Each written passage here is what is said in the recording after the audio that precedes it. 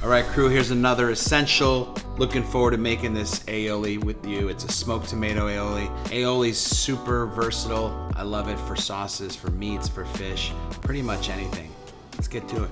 I'm gonna start by macerating some raw garlic, a little bit of roast garlic. So I have two kinds of garlic in here. Roast garlic for sweetness, raw for just a little like heat.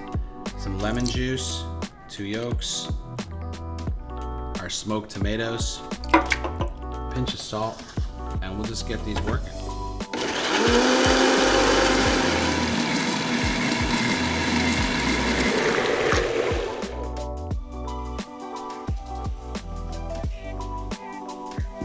Delicious little smoked tomato aioli.